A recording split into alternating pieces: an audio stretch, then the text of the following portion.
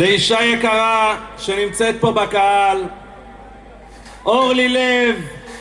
אורלי היא לוחמת אמיתית, היא מובילה במשך שנים את המחאות והמאבקים של הימין, והיא זקוקה לכולנו. אני אגיד פרק תהילים קצר וכולנו נענו אחרי זה אמן.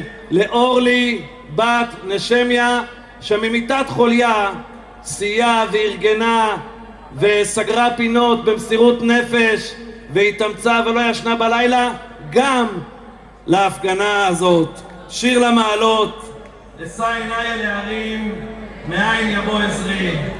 עזרי מעם אדוני עושה שמיים וארץ. אל ייתן למוט רגליך, אל ינום שומריך. הנה לא ינום ולא יישן שומר ישראל.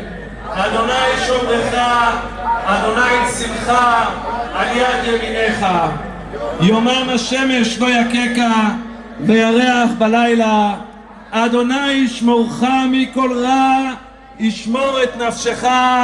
אדוני ישמור צאתך ובואך מעתה ועד עולם. אורלי יקרה, שולחים לך פה אהבה ענקית מכולנו. אורלי בת נשמיה, תענו אמן.